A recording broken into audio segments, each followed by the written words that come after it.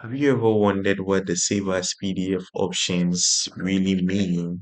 Or maybe you've seen a professionally edited PDF document with a set of bookmarks on the side with those clickable links that you can use to navigate from chapter 1 to chapter 5 or to the reference session.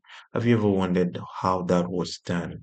Or do you want to do same for your manuscript? In this short tutorial, I'm going to walk you through the key settings that can transform your thesis or your assignment or your book manuscript into a well-optimized PDF document that is ready for formal submission or digital publishing.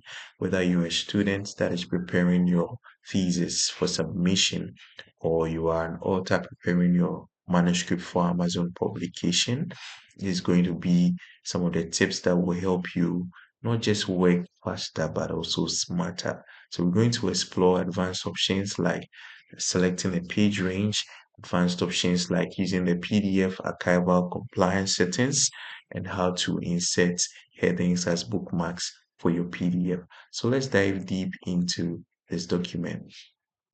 I have before me a thesis document that I worked on, and I have already demonstrated in an earlier video how to go about your navigation settings, how to use the headings. So I'm going to link that in this video. You can find it somewhere around this video.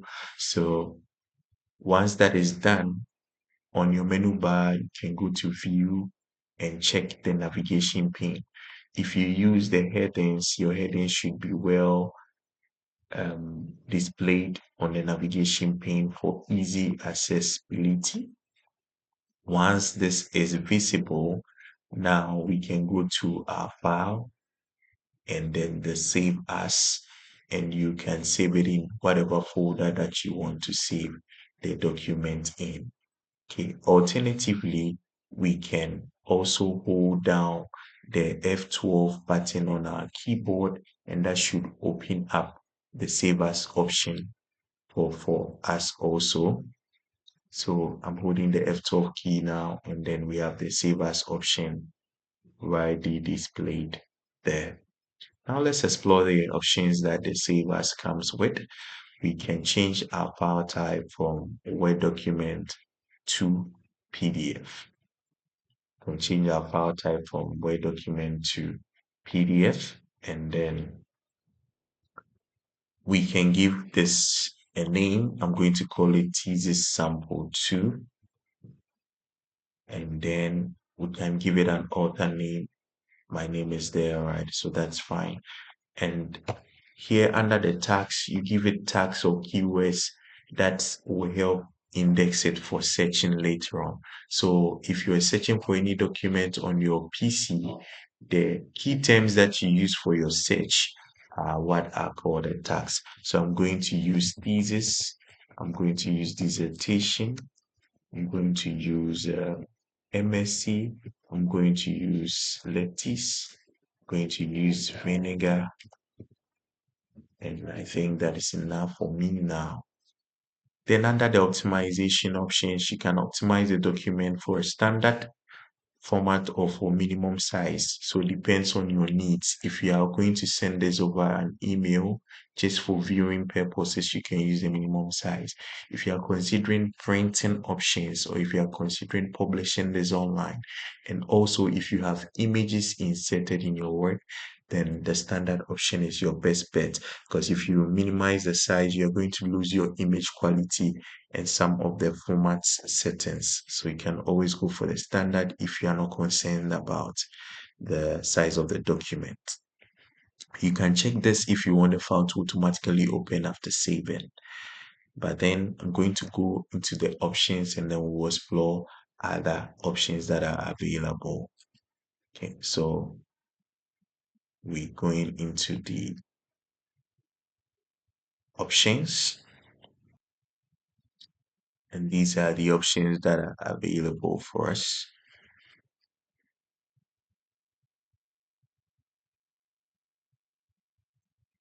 Would you want to save all the page range, or would you want to save just the current page, or you want to set a page a page range from page 1 to say page 10, you can do that, and it's going to save only those pages. But for this tutorial, I'm going to save all of the document, all the pages. And then what are you publishing? Are you publishing just the documents, that's the content, or you want to publish the content together with the review notices? So if this document was sent to a reviewer or your supervisor, they probably would have made comments in certain portions of the document. So if you want to hide all those comments, you can save just the document without showing the markup.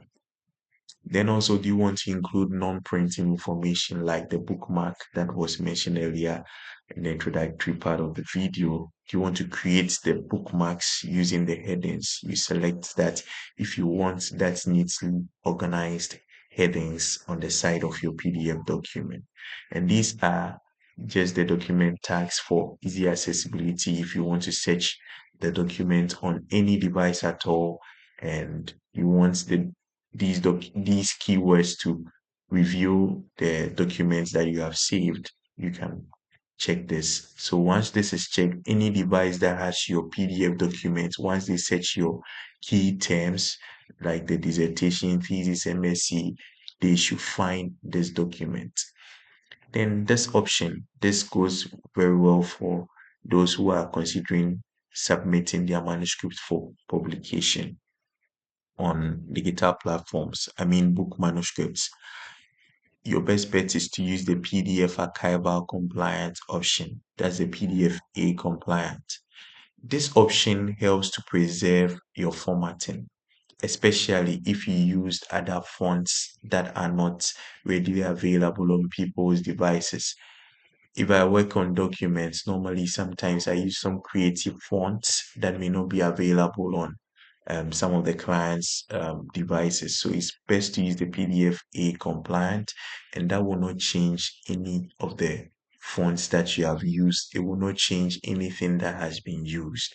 And it's also difficult to edit that, although currently, because of the various applications available, you are able to edit the PDF A compliant document, but technically it's not supposed to be easily editable. Unlike the normal PDF, you can just drop in Microsoft Word and it opens the whole Word document. Then you can optimize for image quality if you have images in the work. If you are using PDF A compliant, mind you, you can't encrypt your document, but if you are not, you can encrypt the document with a password. So I'm not going to encrypt, I'm going to use the PDF A compliant. The other advantage of this is that if you are publishing on a platform like Amazon, your text or your fonts are going to be embedded and you will not have those error messages coming. Okay. All right, so this is done, but mind you, since you are going to save in PDF-A compliant mode, it means your file size will also go up a bit. Okay, so I'm done, and then I am going to save this. This is sample 2. So I'm going to open this document and we'll have a look at how it looks in the PDF version.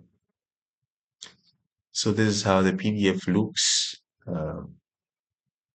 First off, we're seeing a notification here that this file claims compliance with PDF archival standard and has been openly read-only to prevent modification, as I mentioned earlier. But now, if you have even the paid version of Adobe, you can edit such PDF archival documents. All right. Now let's see the bookmarks. We can find them here. And with this, we can navigate all the portions of these documents. Okay. So those are some of the advantages of saving using the bookmark headings. All right. I hope this has been helpful if you find yourself in any of this space as a student or a book writer who needs this tutorial for optimizing their PDF documents. If you found some value here, you can consider subscribing to my channel for some more tutorials in the coming days. See you in my next video. Bye for now.